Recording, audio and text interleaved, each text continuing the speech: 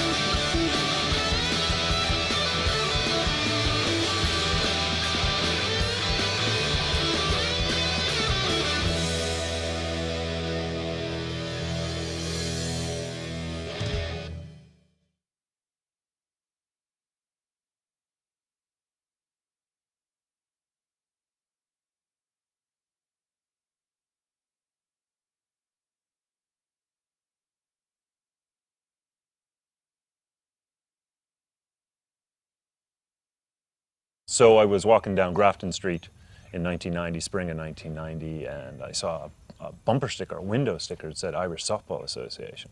I said, there's no way this is a joke or something. But you can take the boy out of the country, but you can't take the country out of the boy. And when I saw softball, baseball, it's got to be a possibility. Ran up, banged on his window. He looks at me like a carjacker or something like that. I go, softball, you play softball here? And he says, yeah. And he's about to drive away, and I'm trying to stop him. I go, no, I need to play. How do I get in contact? He said, a guy by the name of John Keyes, it's in the book. And he drove away. And I immediately went home, looked up the phone book, went through the number of John Keyes that were on the north side of Dublin, rang him up. He heard my accent. He said, yeah, we play. We have a small league. The game of softball that we play here in Ireland is slow pitch co-ed softball, which is primarily a recreational sport. Softball's a bit of fun. It's a fun game. I guess I always kind of thought of it as a recreational game. And I must say myself, when I was playing softball, I couldn't help but, take it a bit more competitively, probably, too competitively. Some of the guys had lived in the States or had been born in the States and were living here now and just wanted something with a bit more of an edge. And then in 1995, a number of us said softball's all right, we're having a good time, but we wanted a more competitive kind of outlet, and baseball was the natural progression.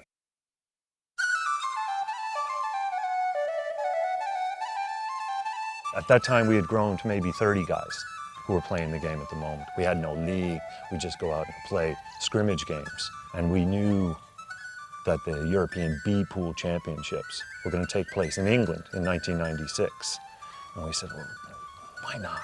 We could do this. We'll organize flights. We'll take as many guys as we can with regard to the money. We'll order our uniforms and we'll just go play. At the time I was working in a video store, so the first thing I had to do was arrange my shifts around the tournament.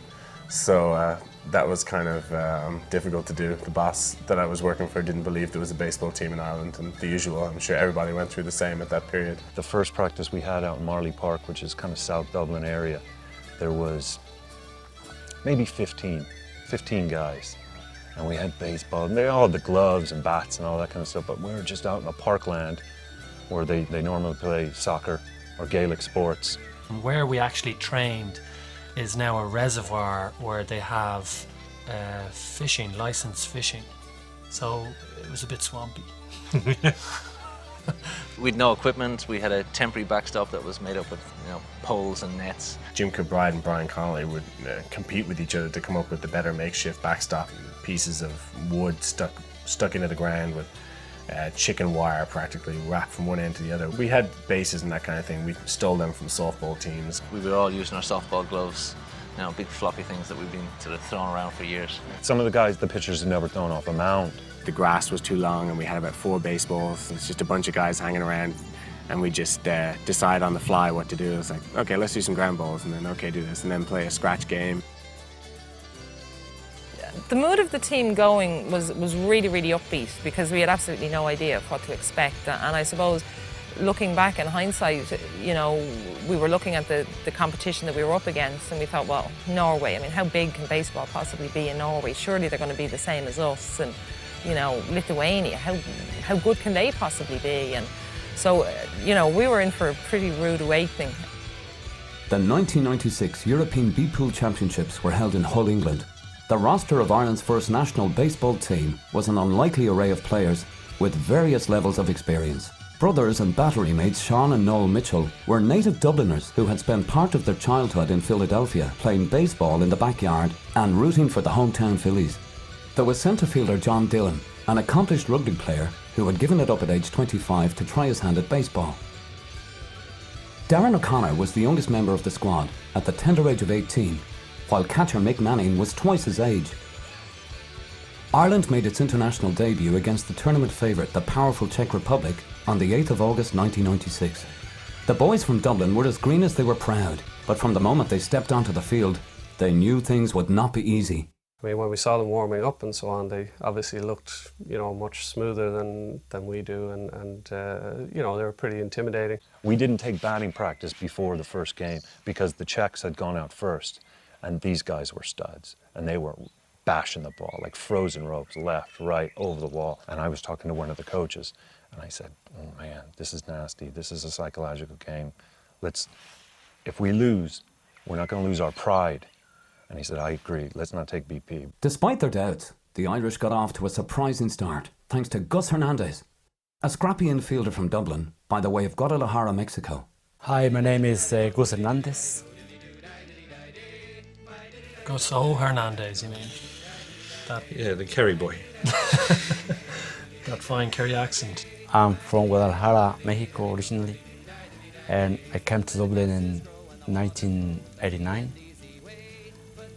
because my wife is from Dublin. I was the first at bat against the Czech Republic and the first international baseball game, you know, for Ireland.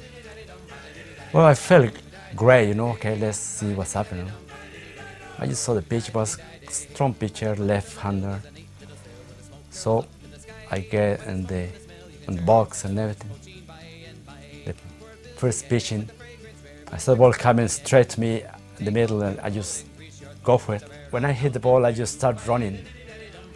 And then before I go to first base, I heard the noise, the shouting, everybody was great, you know. I guess it was very surprising that Gus got a hit to begin with. It was a huge moment for us, really. We thought, this is the greatest thing. Gus gets a hit, lead off, we're laughing. You could see Gus's grin from the dugout. I mean, everybody was really thrilled at the time. I feel like I was really an Irish person that day, you know. I was proud. We thought, this really isn't that difficult. We can all do this. We were thinking ahead. Brian's up a couple of bars. Maybe he can get Gus around. We're going to score a couple of runs in the first inning. When that first hit came in, there was just that fraction of a second when you thought, is it possible? Can we actually do something here? You know, maybe we're all wrong coming here with no expectations. Maybe we should have high expectations. The Czechs were very, very relaxed, and they had a kind of a little grin. The pitcher had a little grin in his face, and I think we should have really known what was coming. Well, immediately he got picked off first base anyway by a big left-handed pitcher that we'd never really seen a left-handed pitcher before. So that kind of took the wind out of our sails very quickly. It was just one of those days. The Czechs pounded Irish pitching from start to finish, winning by a score of 23-2. But it would take more than that to discourage the boys in green. At the end of the game, I'd never seen a happier bunch of guys coming off the diamond after getting massacred 23-2, because we had done it. We had proven that not only could we play, we could put on the uniforms, we could score runs. They could certainly score runs, but not enough to win. The Irish dropped the next 3 games to Norway, Poland and Lithuania. They had been outscored by a combined total of 77-18. They had committed 35 errors. Irish pitchers had allowed 45 walks and 35 hits. With 1 game remaining, frustration was beginning to set in.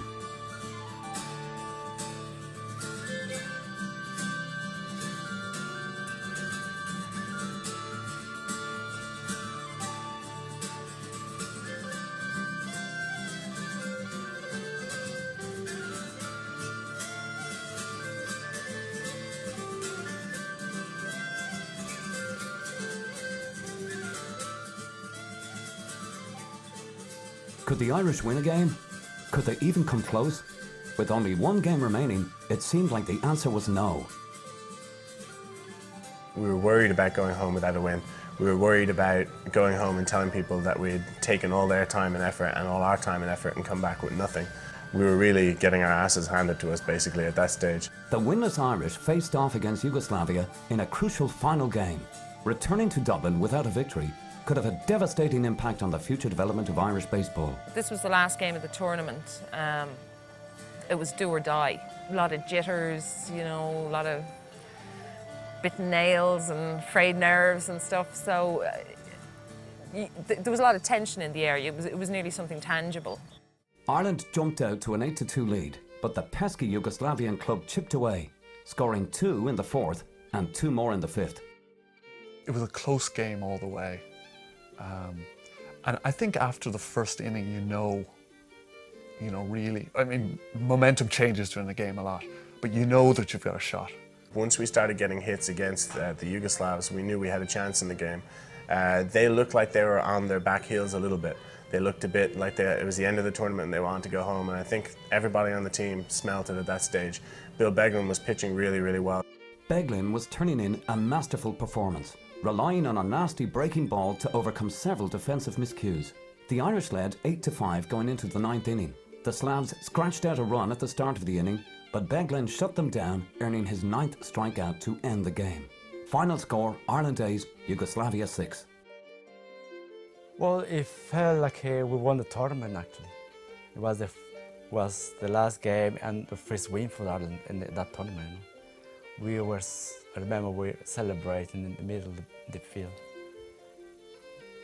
We were so happy. We felt like we definitely arrived in the European scene. We felt like all that training had meant something.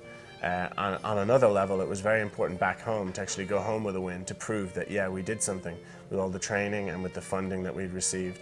And with a lot of people's time and effort, we had gone there and actually achieved something by winning a game. It was the perfect finish for us, you know. So the feeling was, of course, you know, very excited and have a few beers as a team afterwards and all the rest. But I think in terms of the future, it was very important for us. Getting a win like that showed us that, you know, obviously we had a lot of work to do, but that we could play at that level.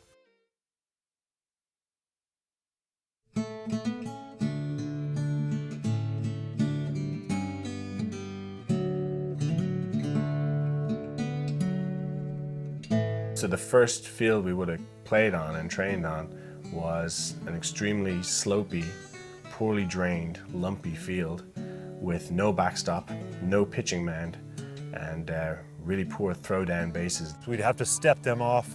Some guys would have a long measuring tape, make sure that they were 90 feet, 60 feet, 6 inches to the mound, which is really just somebody using their foot to dig out a bit of mud. And then the backstop, we'd put down metal poles, we'd literally drive them into the ground and then use like netting, almost like tennis court netting, or sometimes we'd have construction netting that somebody would find maybe off a construction site and kind of rope that between the posts. The development of fields we saw as something that was really, really important, and it was not something that we could have done alone. Anne Murphy was a fantastic administrator. She had met Peter O'Malley in 1994 because we had a kids program actually up and running before we had adults baseball going. And Peter at that time had said, well, we need to do more for baseball in Ireland. As an Irish American, tremendously proud man, incredibly giving individual as well. We talked about where baseball was at that stage, and he asked what he could do to help, what was our biggest needs. And at that point we felt that developing a field of our own where we could have our own permanent mound particularly was of the utmost importance. So he offered to help us to pursue that.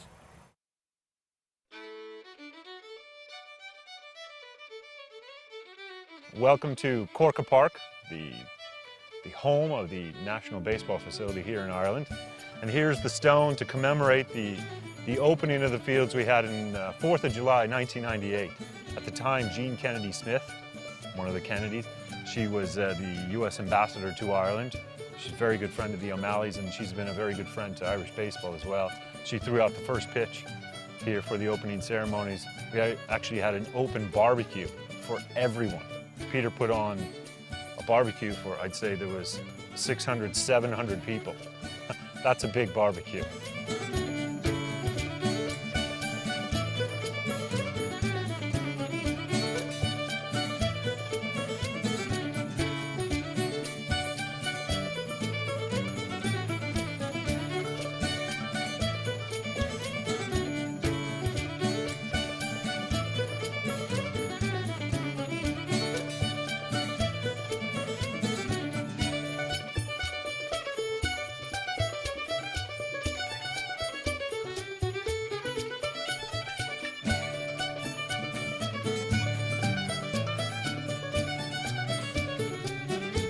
The building of the field in Corky Park, first of all, obviously gave us a place to play, but mostly it gave Irish baseball a home.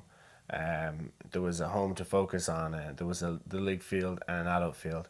And finally we had somewhere where when people said, where do you play? We didn't have to say a slopey field in Newlands Cross that doesn't really work. We could say the O'Malley Field in Corky Park, which we're proud to bring opposition teams to. It's a great home for Irish baseball. We often get a reaction from Americans and so on. Baseball in Ireland, you know, you guys have no business playing baseball in Ireland with all the rain you get and so on. And we do get a lot of rain, and we've had to, you know, approach the design of the field and so on with that in mind. We've put down a surface that has very good drainage. Also, the whole field was dug out with very good drainage. So. And it works pretty well. I mean, we could have torrential rain, and 20 minutes later the field is fit to play on. I've played in some pretty crappy conditions, snow, rain, hail, sleet. Anything up to the level of where you're like, holy crap, I'm getting soaked, is playable.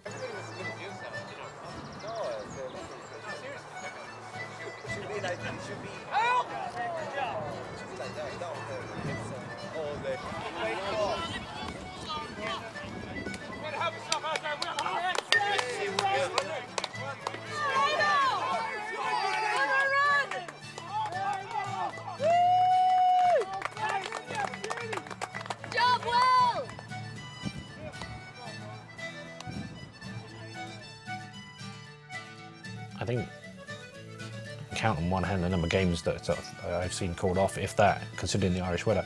But I think it was, I know it was last year before, we had a couple of tents lined up on the sideline, and we spent half the day in these tents trying to find some way of keeping out the rain, because it seemed to be whatever direction you moved to, the rain changed and came that way. You know, it was horrific.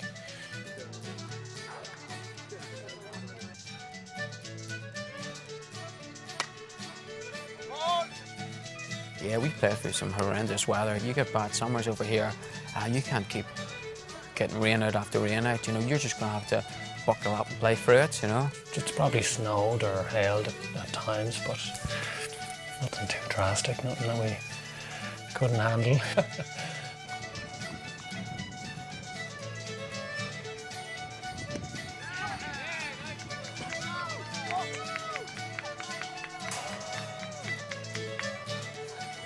You know, we haven't had to call off too many games, league games and so on, due to rain. Now, we will generally play in, you know, some pretty bad stuff sometimes. We've had to call time in a game recently when I got hit in the eye with a hailstone coming across. But generally, and certainly with the training, I mean, we just adopt the attitude of, well, you know, regardless of the weather, we're going ahead. We have a lot of work to get through, and we'll do what we can.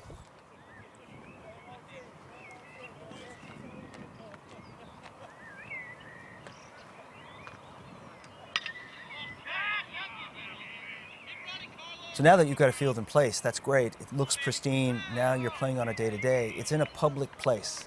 So there's all sorts of people around the field. We've gone out there and found people playing golf in our infield, you know. Big divots are missing as they hit golf balls against our backstop. So, you know, the day-to-day challenges of the field are get out there, get the bases set up, get out there and make sure the grass gets mowed. All of us take playing baseball for granted, but it's hard for them in Ireland. It's very, very hard, and they're very dedicated. I go over to Ireland and I watch the men, grown men, playing for the Ireland's national baseball team with their own lawnmowers, with their own rakes, you know, weeding the fields, cutting the grass, lining the fields. Everybody chips in. No prima donnas here.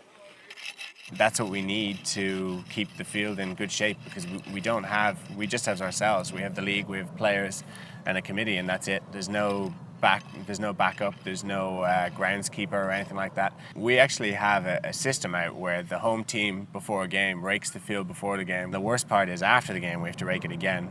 So if you've just been beaten, you have to stand there raking the mound from which you sucked.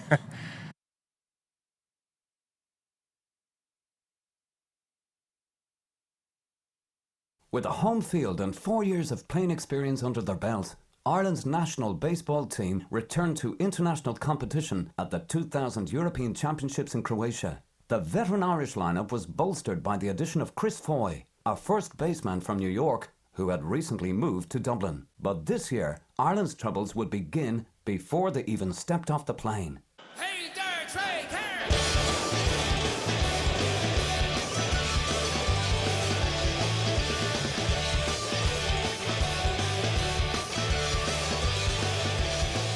We switched over in London on the flight to Zagreb, and I was sitting on one of the window seats and actually saw them offloading all our equipment.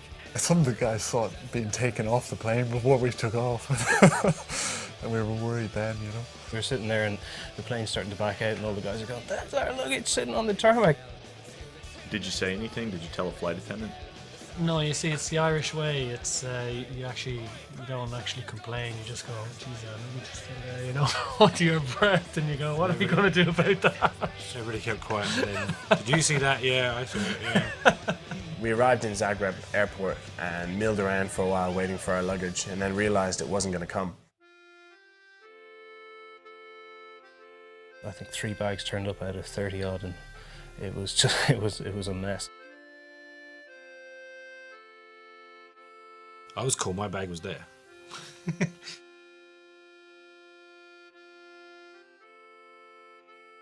We had no changes of clothes. People were going into the town and buying pairs of shorts and t-shirts and this kind of thing. We got there for the opening ceremony, and still at that point asking questions, making phone calls, trying to track down our luggage. The other teams took the field in their pristine uniforms, and we kind of strolled onto the field in flip-flops, shorts. Guys had the occasional jersey that they brought in their carry-on, Irish baseball t-shirts, and we must look like a motley crew. We were fortunate just to get it in time for the first game. Everybody except Paul Peake, whose bag went to Frankfurt for some reason. They may have had their uniforms, but Ireland's troubles continued when they faced Denmark in a disastrous tournament opener. The Danes blew the game open with 6 runs in the 4th inning and never looked back. Final score, Denmark 20, Ireland 9. Up next, the Irish took on Finland. Pitcher Cormac Eckloff allowed 1 earned run in 6 innings, but weak defence and a sporadic offence conspired against the Irish. Final score, Finland 13, Ireland 3. Ireland was in a tailspin, but a look around the war-torn country of Croatia provided the Irish with a healthy perspective. Croatia was absolutely fascinating. When we got there, when we actually flew into the airport, as we landed, you could see out of the corner of our eye, we could see 8 enormous Hind helicopters, attack helicopters, absolutely gigantic things. That was kind of the first hint of what was to come.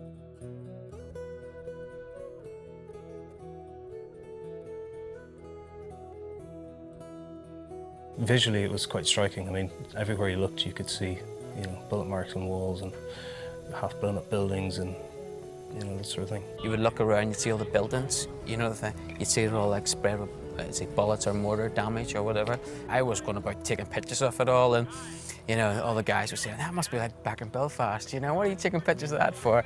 You know? But yeah, it was very clear that what damage, you know, was done there. It was quite graphic. One of the things that was really scarily prevalent was everywhere you went, there was a complete lack of young men, of anybody from the high teens into the low 20s. When you went out at night, there was very few young men anywhere. Anytime we went to a nightclub, it was absolutely packed with older guys and girls. there was just this very strange and actually unnerving lack of men our own age. And basically they were all in military service or unfortunately dead. Back on the field, Ireland took on host and tournament favourite Croatia in Game 3. That game was an absolute carnival. There was literally thousands of fans there. The stands were packed. They're particularly raucous fans. They were baying for our blood from the outset. The underdog Irish exploded out of the gate, taking a 3-0 lead in the first inning behind singles from Chris Foy, Russ Manning and John McCarthy. Things were looking bright for the Dublin Nine for the first time in a long time. I can remember telling the coach, we're out of control. We're out of control. We're going to run these guys into the ground. And then the wheels really came off. But every pitcher we threw in there, and that includes me, couldn't get outs. They hit everything. They hit everything. Who started pitching that one? I did. I got pulled. I think I did. How many innings did you last? A couple. I don't know. I think I was pulled too early because it definitely got worse. When it rains, it pours, and the Irish were in the middle of a Croatian monsoon. Irish pitchers were pounded mercilessly as Croatia took a 22-4 lead in the 6th inning. Manager Rick Steen asked Chris Foy to take the mound in an effort to save his remaining pitchers for the following day's game. Foy, a first baseman by trade, was eager to help his new team in any way he could. It probably was about 7 or 8 years at least, maybe even longer, since the last time I pitched before that game. There was a lot of pressure on me. Even though we were losing 14-15-1, we knew it was a pretty much done ball game at that point. But, you know, it was my chance to get out there and impress. Chris actually has a great arm, and he really looks like a pitcher on the mound. He's good mechanics when you see him winding up and so on, but I guess he has a bit of a release point problem because it could go anywhere. Chris's first pitch actually went up onto the backstop, a very high backstop, and obviously they knew they were going to kill us. Well, I think it was the first curveball I threw, landed about 40 feet up the backstop, and I'm not even joking, about 40 feet up, and it actually stuck in the backstop. So now the coach is instructing all the batters not to even swing at my pitches. So that wasn't too bad, you know, I get used to that, that's the game. But, you know, out of the corner of my eye, as I'm going through my windup, I see the 6-year-old kid, and he's climbing up the fence.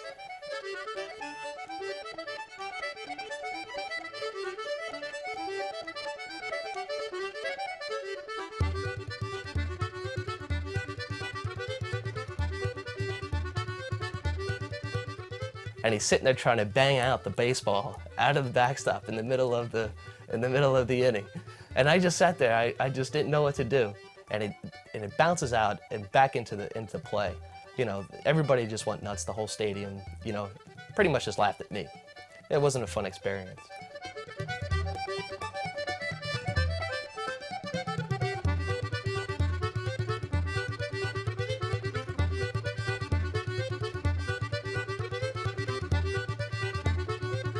Did he actually ask to be taken out? I think he tried to get the up. The first time you've ever seen that.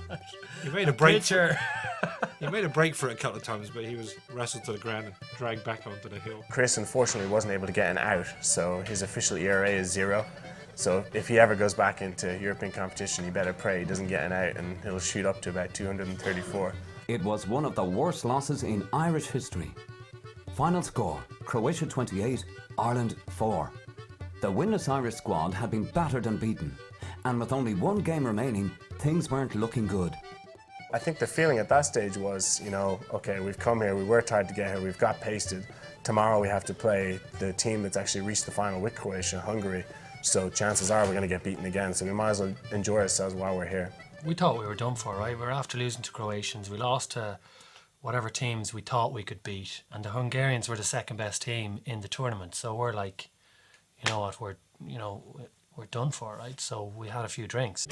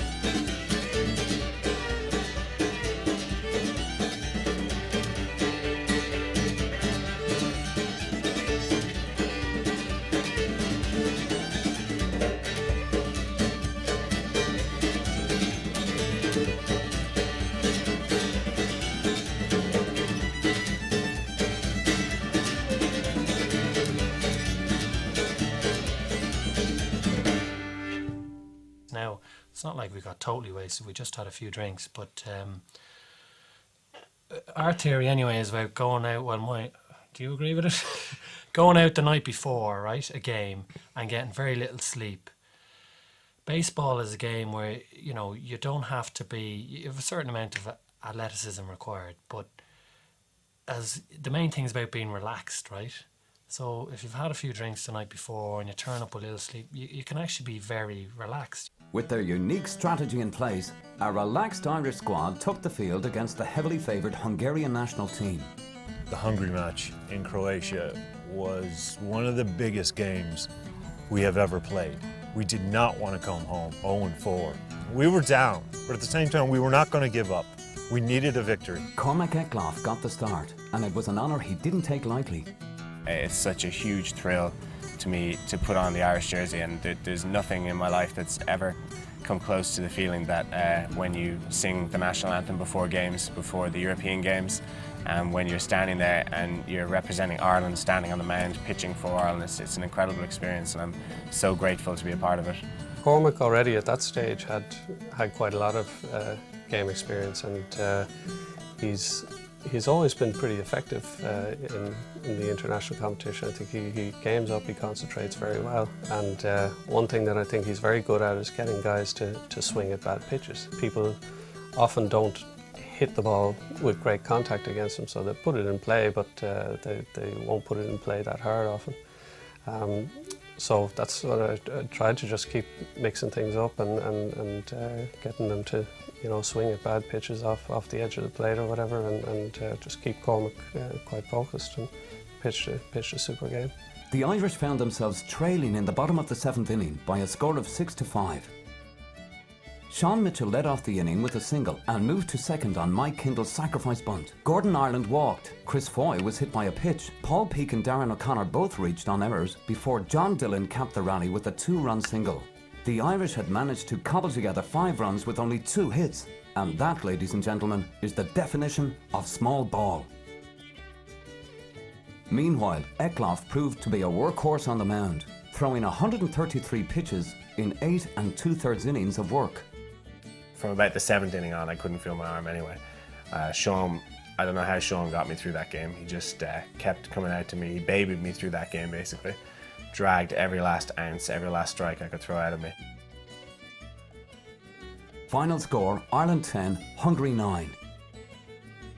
The Irish had barely escaped with a victory, but once again, they had won a big game in a tough situation. There were other causes for optimism. Shortstop Darren O'Connor of Dublin was voted the tournament's best shortstop, best infielder and best defensive player. Not bad for a kid who hadn't played an inning of organised baseball before the age of 18. The Irish returned home with renewed enthusiasm and a focus on the future, a future that would bring them to the shores of America.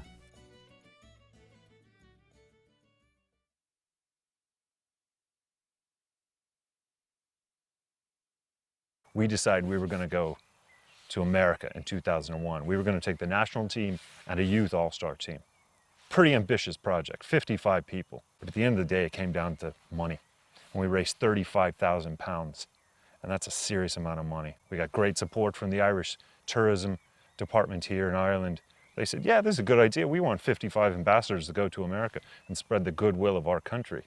And I think they got pretty good value for money.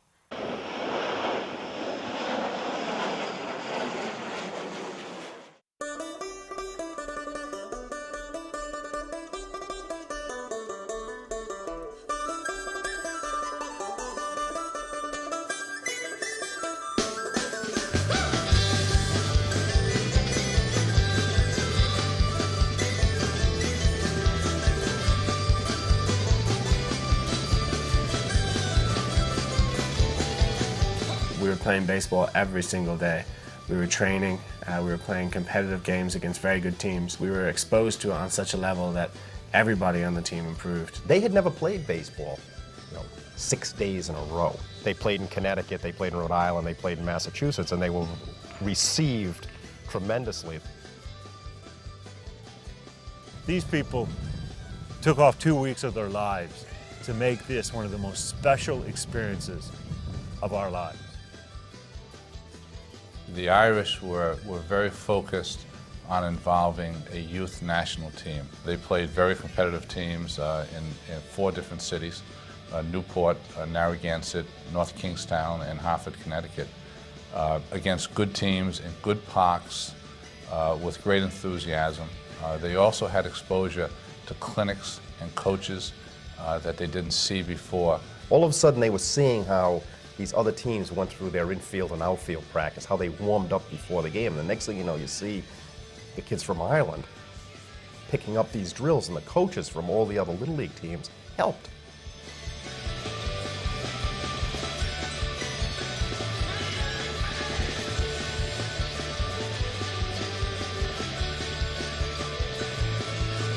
The kids had played really well at that stage. They'd even hit a couple of home runs. They were in their games and they were really learning a lot of baseball, and they were definitely building up in their confidence because they had no problem slagging the crap out of us about the fact that we hadn't won a couple of games. Those players went back to their communities, to their neighborhoods, said, hey, this was fun. We made friends in America. We learned baseball. They took it to a whole new level. Their skills, you know, how kids can improve, their skills probably doubled in that 2-week period. And I think that investment, that part of the program in the summer of 2001 is going to pay dividends for years and years to come.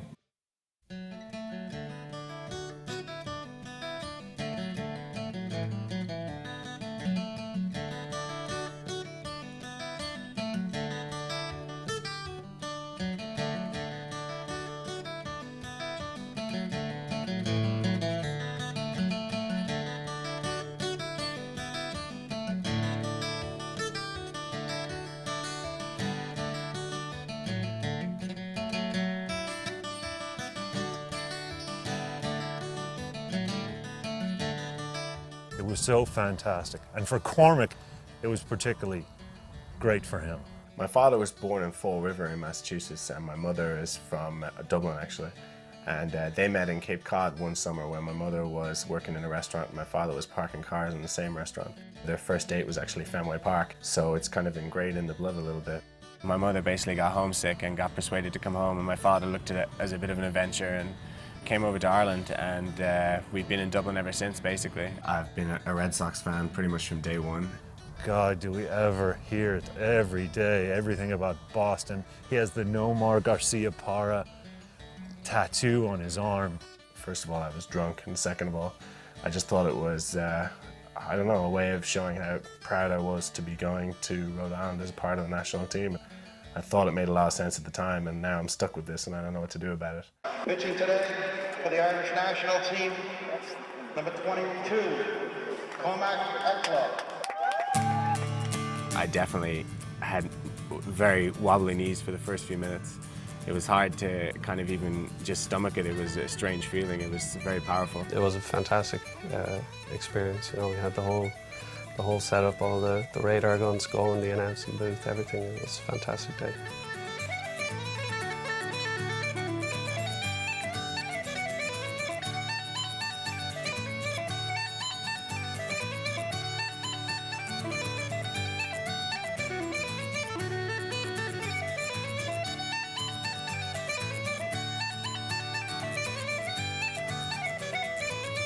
The game was a blowout, but they were anything but discouraged. Although they're very competitive and certainly wanted to win, they were very focused on ensuring that all the players had an opportunity to play the right positions and experience the day, and the value of experiencing the day would outweigh the final outcome of the score. You know, it'd be like me walking out onto Crow Park or onto Lansdowne Road. You know, you stand on the mound, and it's not many people that get to do that job, and you think of all the people who've been there before you, and it's a humbling experience. You know, you really think this is for real, this is the big stuff, you know, and we're here in this hallowed turf, you know, it's fantastic. Nobody on the team was disappointed with the result itself, because frankly it didn't matter. It was a day to celebrate being in Fenway Park.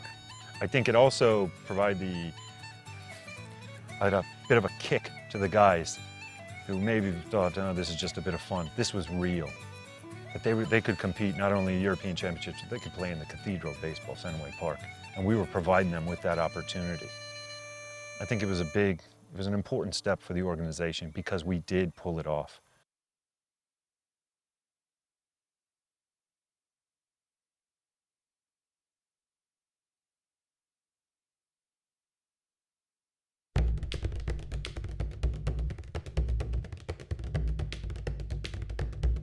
The 2002 Irish roster was supplemented by a group of talented newcomers from the United States, each one a citizen of both Ireland and America. There was infielder Kevin Corrigan of Cleveland, Ohio, his cousin outfielder Tom Kelly, who also hailed from Cleveland but was currently living in Dublin. Brian Morris was a right-handed power pitcher from Baltimore. And outfielder Kevin Foy, brother of Chris Foy, added a much-needed left-handed bat to the already dangerous Irish lineup. Ireland renewed its rivalry with Austria in Game 1. The Austrians were a strong club who had crushed the Irish by a score of 14-0 in their only prior meeting. The Austrians jumped out to a huge lead and it seemed like Ireland was in for yet another crushing defeat. But this time the Irish fought back, rallying behind the bats of Kevin Corrigan and the brothers Foy. All of a sudden it's like, hey, we can play with Austria. You could see this energy build in the dugout where they would think, you know, we're not as bad as we were the last time. We're not losing by 20 runs. With Ireland threatening to pull off a stunning upset, Austria was forced into a drastic decision. They changed their game plan to bring in their ace to shut our rally down. Obviously it was only a moral victory. We lost the game, but we had forced Austria into a huge personnel decision, which possibly had an outcome in the tournament. So we were pretty proud of ourselves that day. Final score, Austria 8, Ireland 4. The Irish had nearly pulled off a stunning upset in the opening frame of the tournament. But the boys from Dublin were not going to be satisfied with moral victories. They wanted their first medal. Game 2 saw the Irish squeak out an 8-7 decision over Lithuania, behind a complete game effort from Brian Morris. The Irish continued their winning ways the following day with a thrilling 10-9 victory over Finland, thanks to a game-winning single in the 9th inning by centre fielder John Dillon. With a much-deserved day off coming up, the Irish celebrated late into the evening, stopping only after they drank an entire bar dry. It seemed for a moment that Stockholm wasn't ready for this revamped Irish squad. Then we came along and we met Sweden in the semi-final, and we knew Sweden were going to be the toughest team. They had come down from the A pool, and in all their games up to that point they had absolutely beaten the hell out of everyone. Tournament host and gold medal favourite Sweden had annihilated everything in its path, outscoring opponents 46-4 in the first 3 games. But the Irish felt right at home, playing the role of underdog. We always think we have a fighting chance when we get into a game. If, you know, we get the right hits, we steal the right bases, we steal at the right time, you know, luck's usually on our side.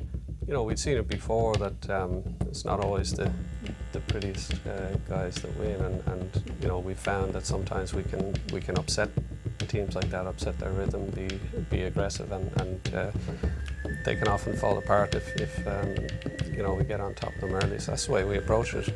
The underdog Irish saw their good fortune continue as they jumped out to an early lead.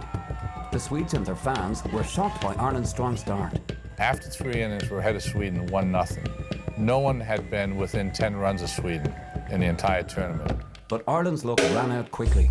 The Irish watched helplessly as their bats were silenced and Sweden's offence roared to life. Final score, Sweden 18, Ireland 1. The loss meant Ireland would meet Poland in the final game. The winner would leave Stockholm with a bronze medal, and the loser would go home with nothing but memories. Poland held a 5-2 lead going into the 7th inning, but the game was far from over. The Irish responded with 1 in the 7th and 2 more in the 8th. Just like that, the score was tied at 5-all.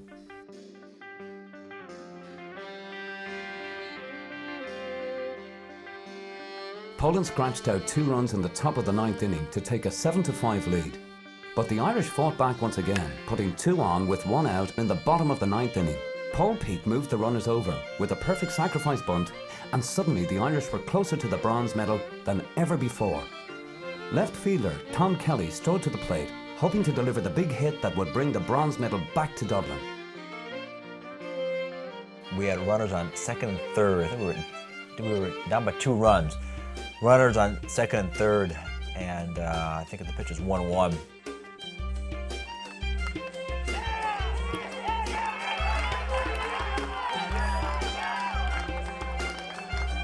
TK ripped an absolute line drive that was about 2 inches foul down the left field line that would have scored both runs and given us the win.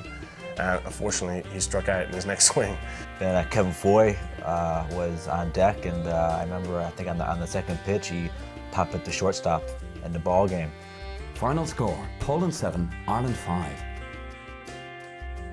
We were so close, we were very close. It was a game that could have gone either way. The Poles played very hard. We played our hearts out the last game of the tournament. We came very close to getting that elusive bronze medal. Every year we'd managed to take a tiny step forward. We felt that if we'd been able to secure a bronze medal, it would have really shown some kind of reward, solid reward for what we put into, and would have also marked, in a way, our progress to that stage.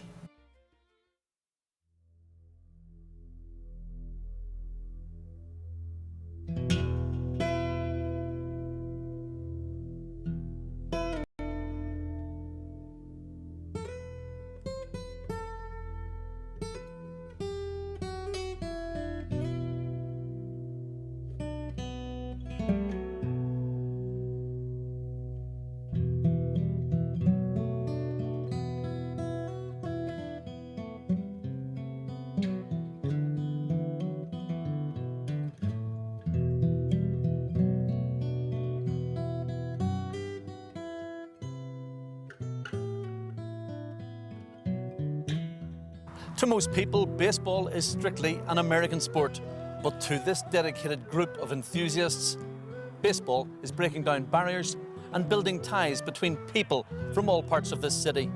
A city known for generations for religious division, intolerance, hatred, and violence. The Yankees or the Red Sox, they are not. But what these guys lack in skill and talent, they make up for in sheer enthusiasm. I lived in the States as a child for 4 years in Columbus, Ohio, and my first taste of baseball was going to see the Columbus Clippers, a minor league team, and I immediately fell in love with the game. I just thought it was the perfect sport. This field is in a staunchly Protestant area of Belfast. These two teams, the Panthers and the Wolves, are made up of Catholics and Protestants. Most of these guys here are just playing it for the game. You know, the religion doesn't come into it, community doesn't come into it. It's just about sport. Let's go, guys, let's get two!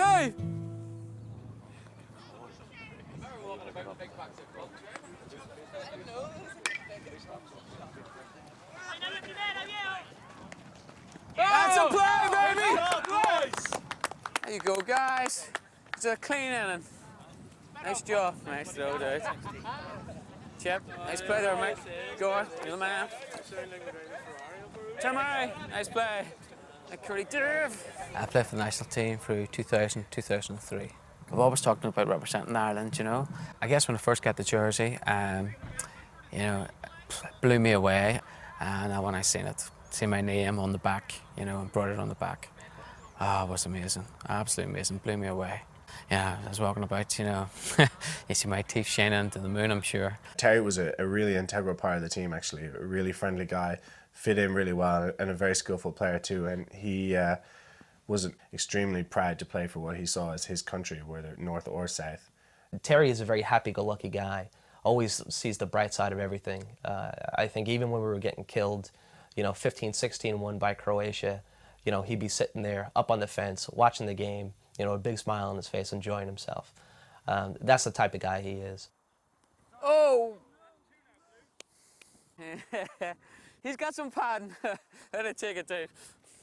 Because it's apolitical and because it's associated with the States, which has a very positive view in Northern Ireland, given all the work that was done by a variety of emissaries to help move along the peace process.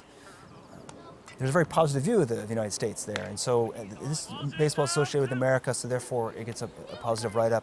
It's apolitical, both sides of the divide play on it. Baseball, because it's new to Ireland, it's a neutral sport. The traditional sports that they've played up there have indicated, depending on which sport you play, it indicates which side of the fence you're on. At the offset, when we were first kind of settling into playing up north on a regular basis, there were occasional incidents. There was one in particular where Jim Kilbride and Mike Kindle were in a van. This is early days now. I think this is my second trip up there. Go up there, play our games. I think we got a W. And it's early afternoon, ready to head home. And we're cruising down, and Jimmy's kind of like, oh, jeez, this traffic is desperate. I don't want to deal with this. I know a shortcut. And we're kind of coming into a village down a back road. Looks left, looks right, makes a turn onto a road, and literally, I don't know how he did it. We were in the middle of an Orangeman's parade with the pipes and the drums, boom, boom, boom, boom, boom, and there's Union Jacks flying on either side. And I can see guys kind of like, this is not right. These guys should not be here. And we should not have been there. We go maybe 50 meters, and there's an army checkpoint. And these guys are decked out. Camis, helmets, machine guns. Guys, stop. Jimmy stops the van, and I look over into the bushes, and there's a guy like this.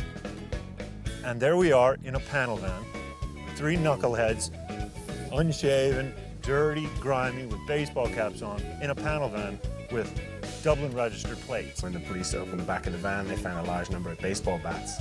I'm going to jail, or I'm going to die in the middle of a Unionist Loyalist Orangeman's parade in Northern Ireland. How am I going to explain this to my wife? I can see Mike Kimball trying to talk his way out of that one.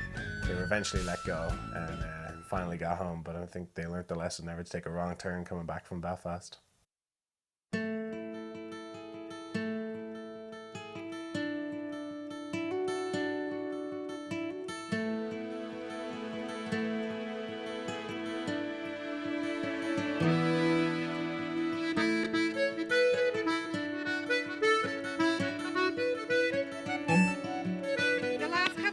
We've been working on, if the ball's hit to you in the outfield, to throw it into second.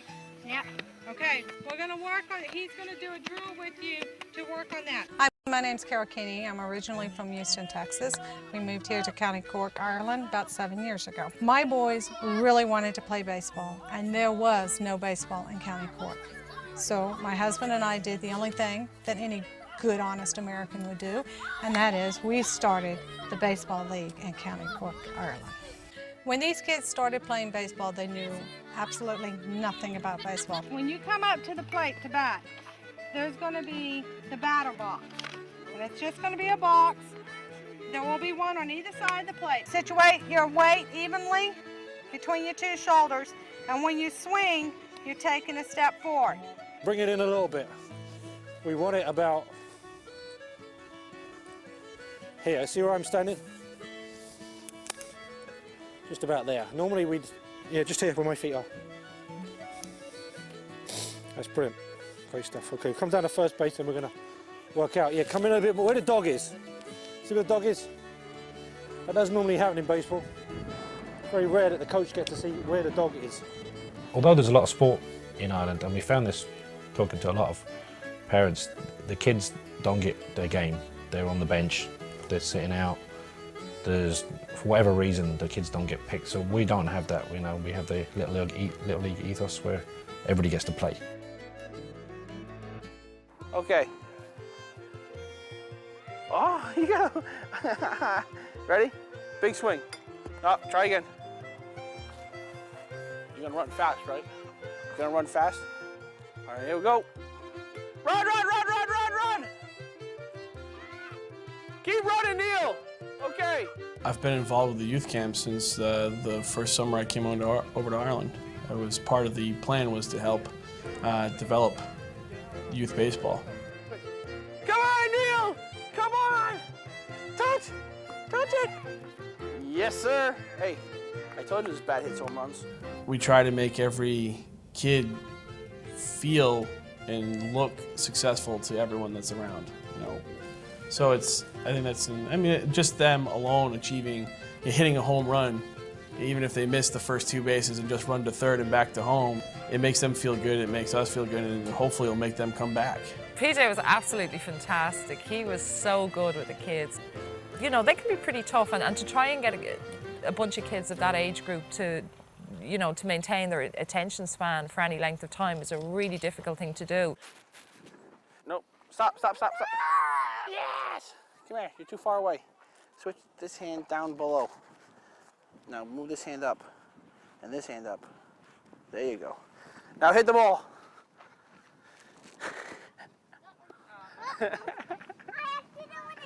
Nah, I think you planned that. Try that again. Stop. You gotta turn your hands around. This hand down here. No. This hand up. There you go. Now come close. Now hit this ball hard.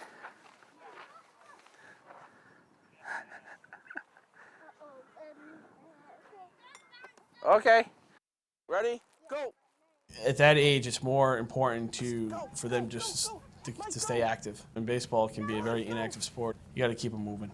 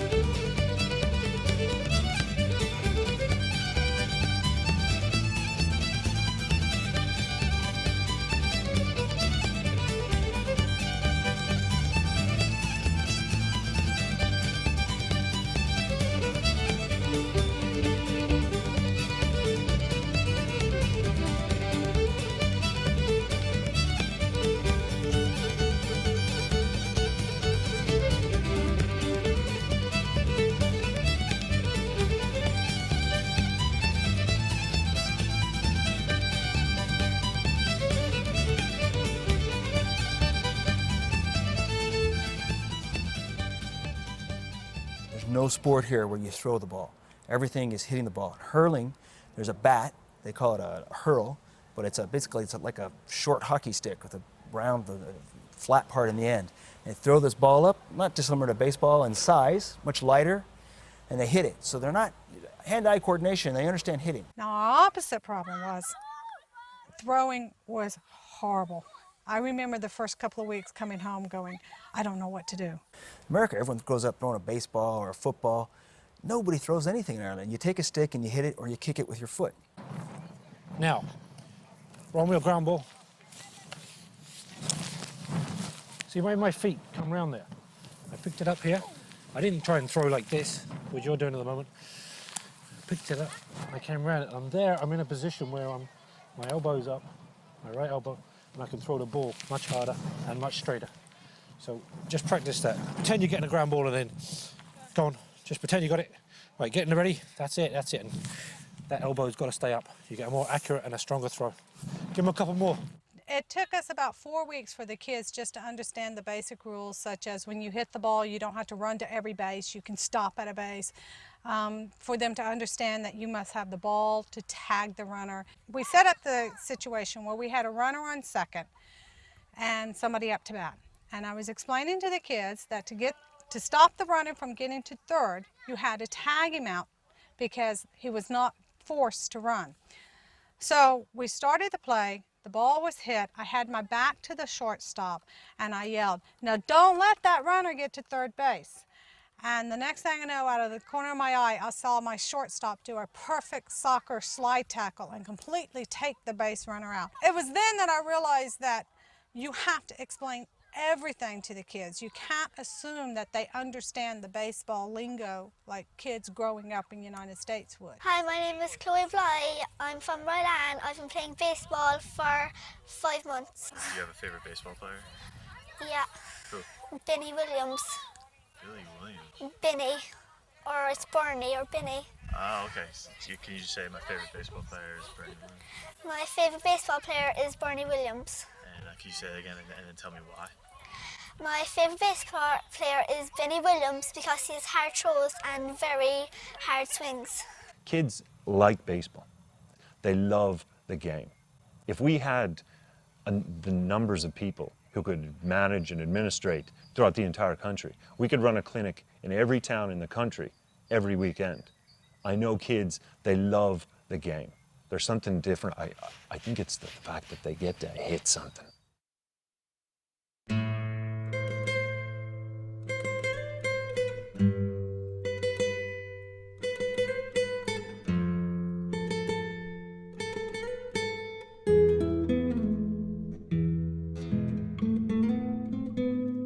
My name is Ivan Galan, and I'm originally from Cuba, and I came to Dublin, to Ireland, so in 1994, May 1994. I am the captain of the Giants, one of the Irish baseball league, and we are mostly Cubans or from Latin America. I decided to move to Ireland because I didn't see any future for my family in Cuba. The Cubans tend to be naturalized citizens because they're exiles from Cuba. They're not going back. They're very animated. Almost any event that happens in the game will spark off some sort of reaction or some sort of chatter and so on, and they do get very, very pumped up. And you know, it's great to see it adds a bit of colour to the game, but also, you know, they're clearly very competitive. I mean, they want to win, and they have a great joy for the game.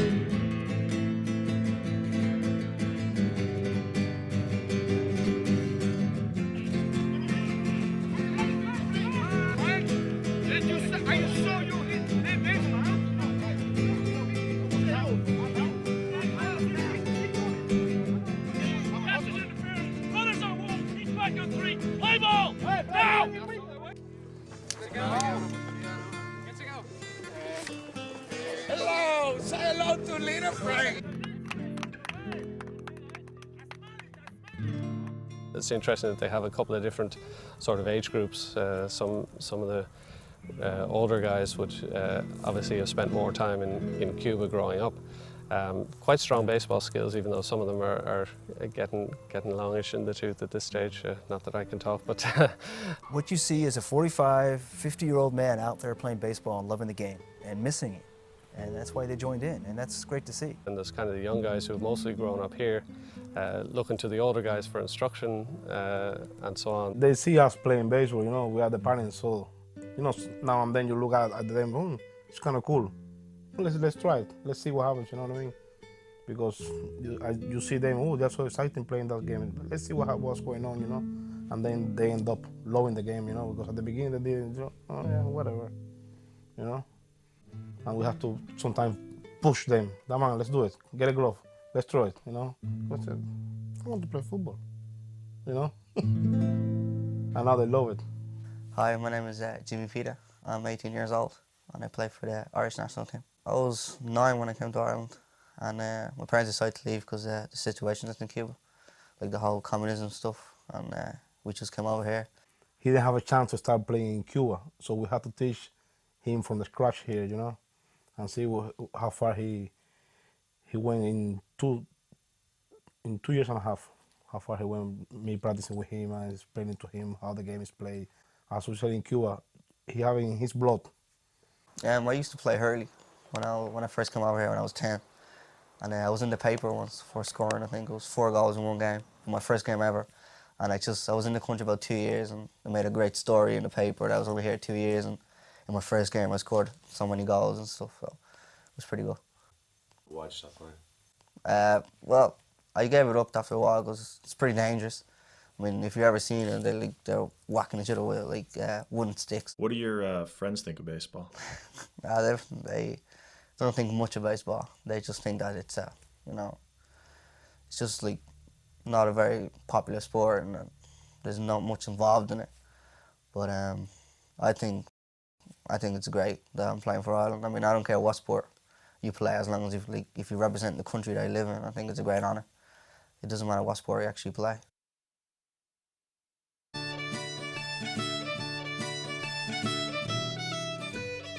The 2004 European Championships were held in Regensburg, Germany.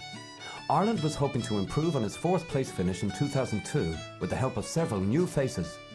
One of those new faces belonged to first baseman Joe Keelty of Boston, Massachusetts. Keelty stepped to the plate with the bases loaded in the opening game against Finland and set the tone with a monstrous grand slam.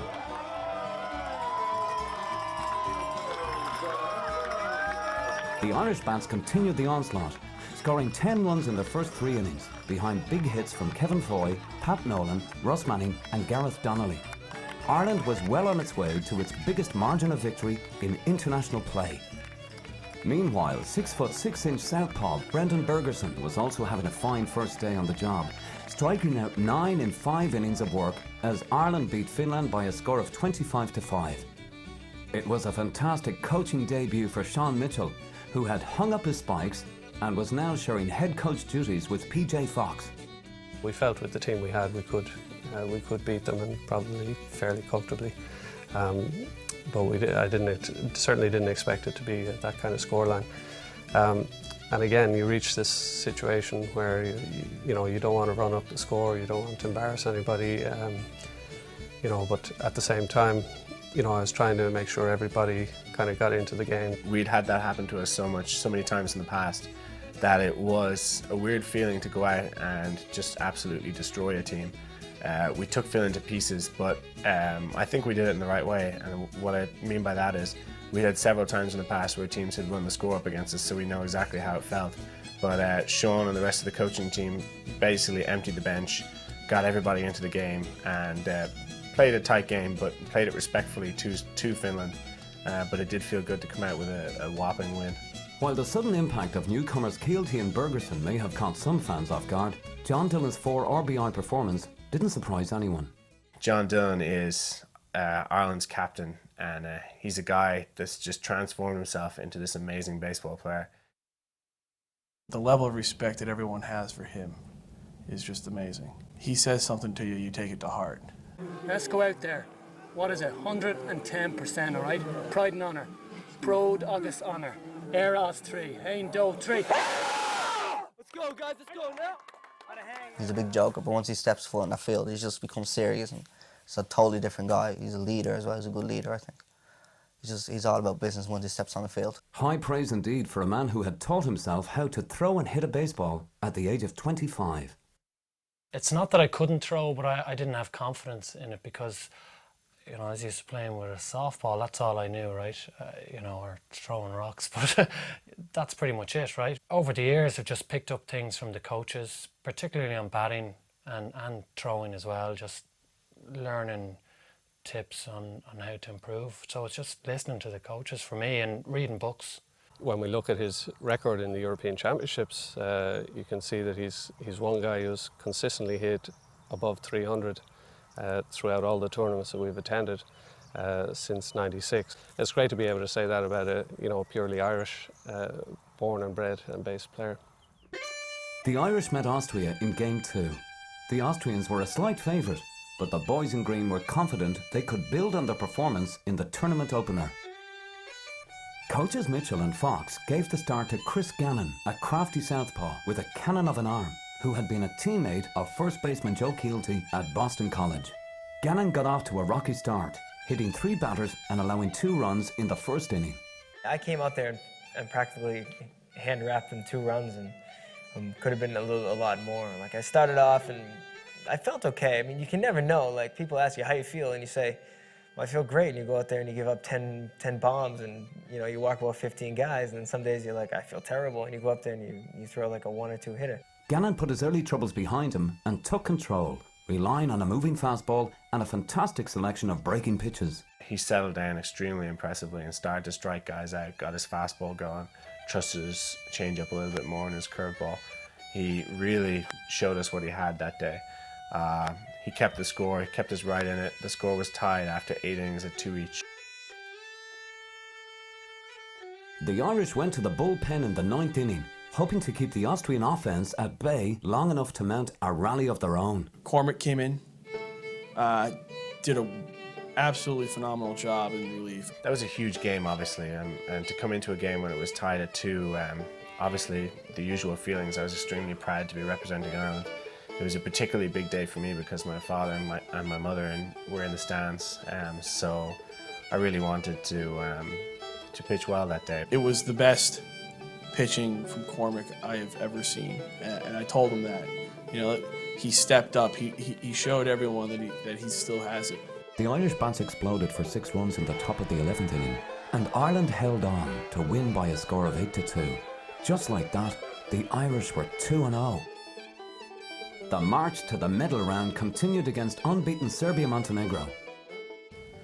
Who pitched that game? Who was my 3rd starter? My name's David Callahan. The Game 3 starter was none other than Rhode Island native David Callahan. Callahan, yep. Dave Callahan pitched. He's on the mound, you have a shot. you know, any of our pitchers. But Dave's got that. He doesn't blow people away with his fastball. He depends on a curve, and I think he's got a slider, but it's ridiculous. A keen student of the game, Callahan had studied the tendencies of European hitters as a member of the Irish pitching staff at the 2002 European Championships in Sweden. I would say the European batters definitely have a tougher time with the curveball. They can hit the fastball, there's no doubt about it, so I knew I was going to come in with breaking balls, and just feed them to them all the time. Ireland took an early lead thanks to an RBI single by Tom Kelly and Joe Keelty's second home run of the tournament. With Callahan in control on the mound, it looked like the game belonged to Ireland. But Serbia fought back and tied the score at 3 going into the 6th inning.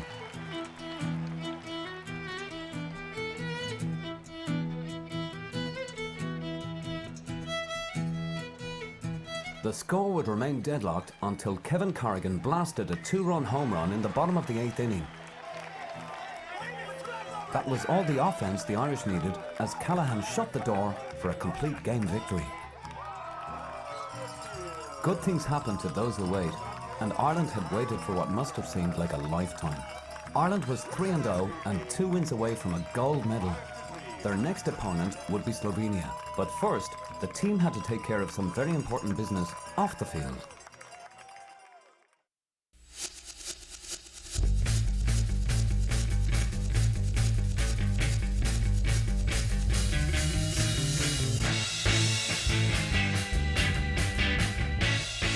We met with the mayor of Regensburg.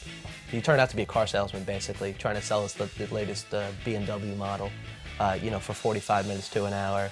He was ranting on about the BMW 1 Series, and you know, like I could think, what's this got to do with me, and what's it got to do with baseball? I'm not buying one of them. You know, it looked like he was a political platform that he wanted to be there in the public domain, and it was another chance for him. But I saw no bearing on the development of Irish baseball anyway.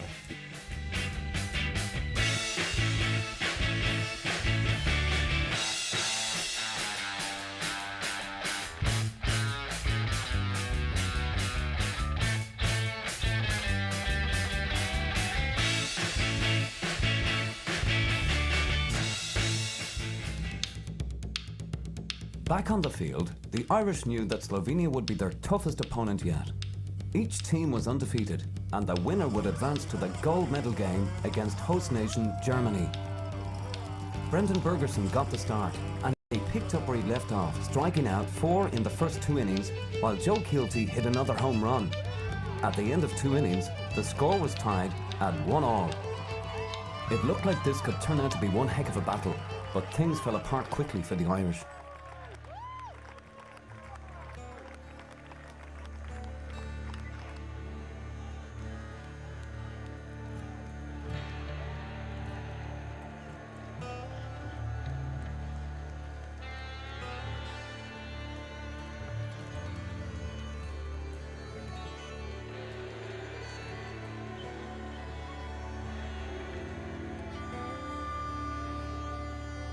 To this day, I don't think a lot of us know what happened that day.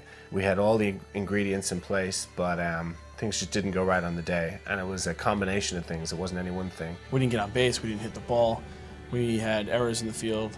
It was an overall pretty disgusting game. Final score, Slovenia 13, Ireland 2. The Irish were devastated, but they didn't have time to dwell on their shattered dreams of gold medal glory. They would once again face Serbia-Montenegro in the bronze medal game. A win would bring home the first medal in Irish baseball history, but a loss would send them home empty-handed once again. The bronze medal rematch had all the makings of a classic showdown. Joe Keelty got the Irish off on the right foot with another monster home run in the bottom of the first inning. But Chris Gannon's control problems resurfaced and Serbia jumped ahead to a 6-4 lead. The Irish had dropped their final 2 games of the 2002 championship, and they were heading down the same path again. The Irish got the rally they so desperately needed, scoring 6 runs in the 6th inning on big hits by Chris Foy and Rory Murphy.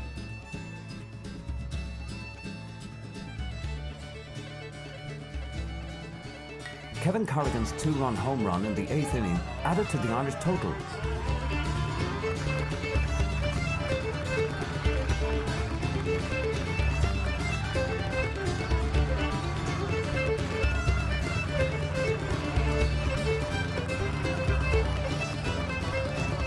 At the end of 8 innings, Ireland held a commanding 12-7 lead. Serbia got one back in the 9th, but Gannon shut the door and the Irish held on for the victory. Final score, Ireland 12, Serbia-Montenegro 8.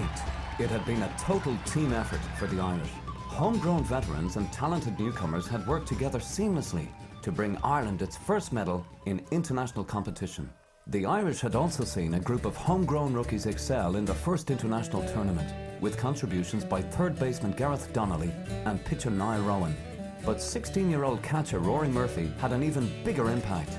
Murphy showed leadership skills beyond his years in the field, while posting a .538 batting average. His performance was enough to raise the interest of European scouts, making him Ireland's first legitimate Major League prospect.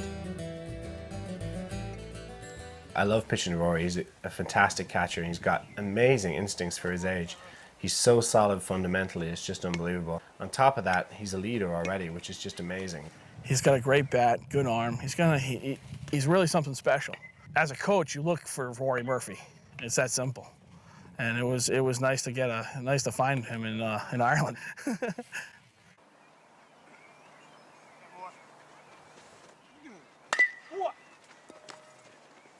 If a player such as Rory Murphy, who's considered one of the top players in Ireland right now, if he were able to make it to the major leagues, I can't think of anything else bigger that would happen or more impactful in helping grow the game in a shorter period of time than for kids to be able to see someone from Ireland make it to the top level. It would create television interest for us to help get the game on TV, media, newspaper stories. So getting someone to the major leagues has an immediate and long-lasting impact in growing the game. With a bronze medal and a wealth of young talent, the Irish returned home with their sights set even higher. It seemed certain that Ireland's future held a gold medal in the European Championships and even a trip to the Olympics. But the Irish were about to face their toughest obstacle yet.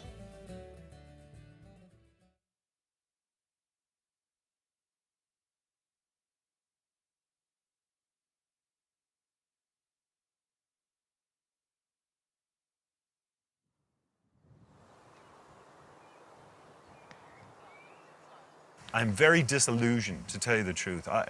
I'm disillusioned with the Olympic movement at this moment. There's 38 countries who play in Europe, but no one really cares about that. They only think that it's an American sport. Baseball coming out of the Olympics won't affect hotbeds of baseball. Dominican Republic, Japan, America, Central America. It's not going to affect them too much. They don't grow up thinking, I'm going to play for my country one day. I believe they dream of playing for the New York Yankees or the Texas Rangers. Kids in Europe who grow up, for example. The ideal of playing for a major league team is so far-fetched. The next step is playing for your country. Kids grow up thinking, I'd like to represent my country. That's the ultimate prize. And so when you think, well, I'm not really interested in playing Major League Baseball, I want to represent my country. That's where I think baseball out of the Olympics will affect Europe more than the United States or the Far East or Central and South America. Without that funding, it'll put a lot of pressure on us. We do not get a lot of funding outside the Olympic Council of Ireland. We're going to survive no matter what, but it's going to be difficult.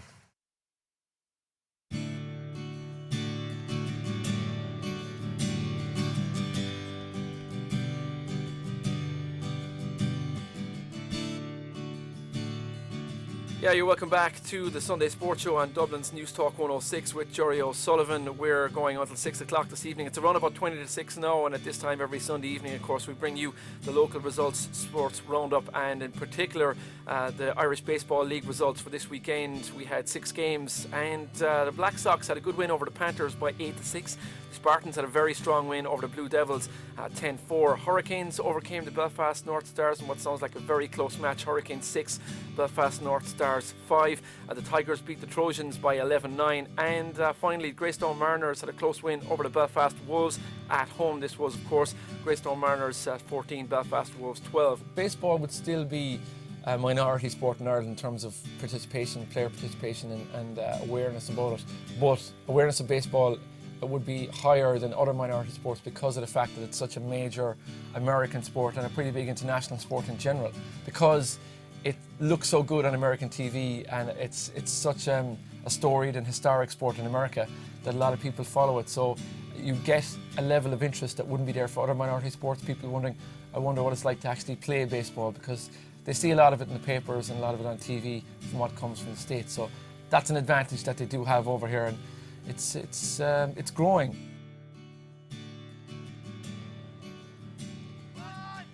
Good job, Jimmy! Hey, yeah, boy, Jim. Good job, Jimmy. Come on, are you ready?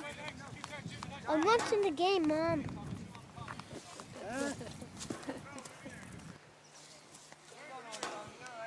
It's number 7 and 1. 7 and 1. Go on, number 7 and 1. It has taken quite some time, but you know what we have, while our base is quite small, we've got a very, very dedicated base who give hugely of their own free time to make all of the things that we need to happen to make sure that they do happen. We're really a tight-knit group. We'd have to be that way. We'd have to be. Because if you didn't have a number of people getting stuck in and helping out for the cause, it would all fall apart. It would have, all these aspirations that we had, it would have all fallen apart. We have no business playing baseball in Ireland. Realistically. I mean, here it is, it's actually a beautiful day today, and yet it's cloudy and it's rained like 60% of the day. But at the end of the day, there's something inside. There's a heart that is Irish baseball that really sets us apart. And I think it's all athletics within Ireland. I think they pride themselves on that we're the little guys, but we're not going to get beat, and we're going to do our best to compete. And I think you combine that attitude and that work ethic with athletic ability and good coaching, and now we're seeing some progress. When I first started playing baseball, there was no way whatsoever that I would have ever envisioned it would become what it has become. It was something to do, it was, you know, a new thing to do, a new sport to try my hand at. I just thought, let's see what this Irish baseball is about and have a go at it. There's no way I would have envisioned that I would have made the friendships I've made. I could never imagine at that time that I would be pitching in the European Championships for Ireland for the best part of 10 years and making friends on that team for the best part of 10 years. I think it has grown beyond anything that any of us would have believed it would become. In all honesty, I probably would not be here if it wasn't for baseball. I probably would have packed my bags and went home a long time ago. I didn't know anybody when I moved to Ireland, you know, and that was a big, big move, it was a big step. And when I found baseball, I found 40, 50 new friends. Chris has been a huge part of Irish baseball down the years. He's really grown into it and thrown himself into it. I think this was reflected by the dozens of people that travelled from Dublin to the States to take part in his wedding.